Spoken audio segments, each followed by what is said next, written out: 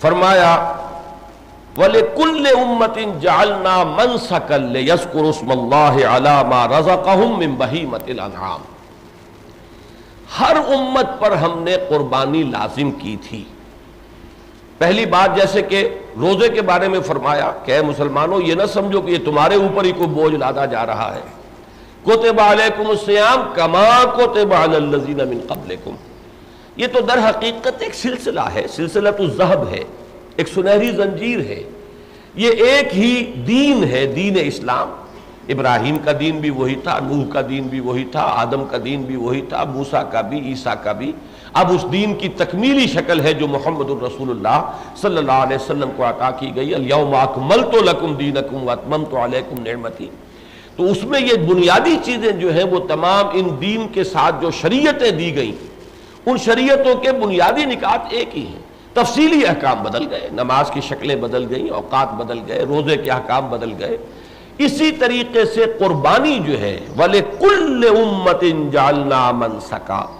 یہ تو ہماری ہمیشہ کا یوں سمجھیے کہ شریعت کا جزو لازم رہا ہے۔ چنانچہ قرآن مجید میں ذکر ہے، تورات میں بھی ذکر ہے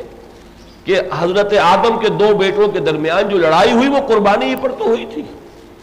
استقربا قربانا، جبکہ دونوں نے قربانی پیش کی، فتقبل من احدہما ولم یتقبل من الآخر، ایک کی قربانی قبول ہو گئی، ایک کی نہیں ہوئی۔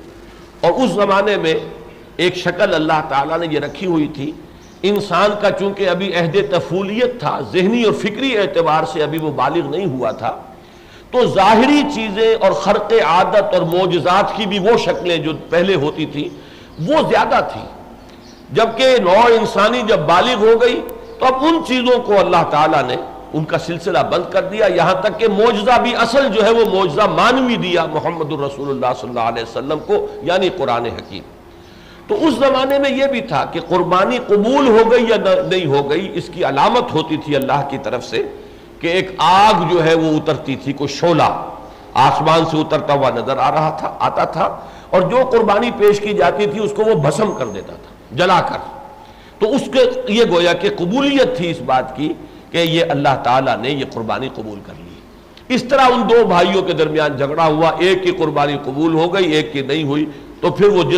وہ جو مایوسی اور فرسٹریشن ہوئی اس شخص کو، قابیل کو، اس نے الٹا جو ہے اس کا رد عمل جو اس پر ہوا، تو اس نے کہا لاقتلنک، میں تو تجھے قتل کر دوں گا، بجائے اس کے کہ اپنی کمزوری کی طرف متوجہ ہوتا کہ کیا سبب ہے۔ اور وہاں پر بھی حابیل نے یہی کہا تھا کہ انما یتقبل اللہ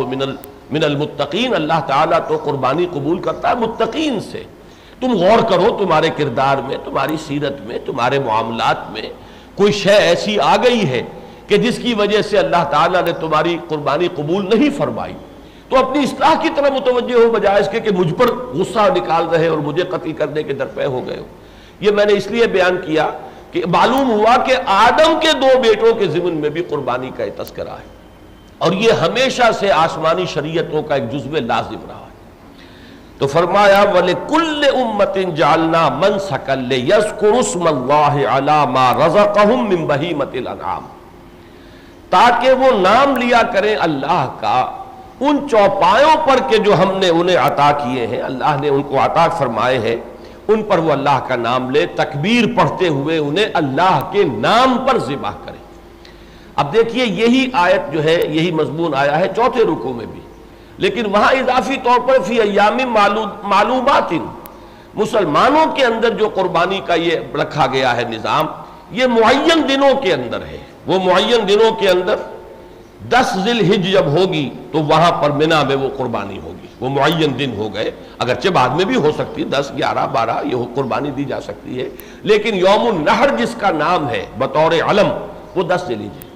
وہی 10 ذی الحجہ کہ جو یہاں پر قربانی دی جائے گی، اگرچہ وہ قربانی بعد میں بھی 2-3 دن ہے، تو ایام معلومات ہیں، یہ معین ہے۔ باقی یہ کہ یہ دن جو ہے سابقہ امتوں کے لیے معین تھے یا نہیں تھے، بلکہ یہ کہ یہود کی شریعت میں تو معلوم ہوتا ہے کہ بہت زیادہ زور تھا قربانی پر، ان کی عبادت گاہ کا نام ہی قربان گاہ تھا۔ وہ خیمہ جب وہ گھومے پھرتے تھے تو ایک خیمہ ان کے پاس ہوتا تھا، قربان گاہ کا خیمہ اس کو کہتے تھے، وہی عبادت گاہ تھی ان کی، وہی اجتماع گاہ ان کی ہوتی تھی، تو اس کا نام ہی قربان گاہ تھا۔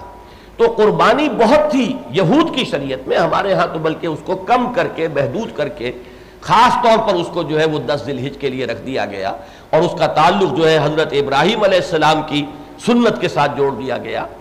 چونکہ یہاں پر ہو رہا ہے جنرلائزڈ انداز میں تذکرہ، لہذا فی ایام معلومات کا تذکرہ نہیں ہے یہاں،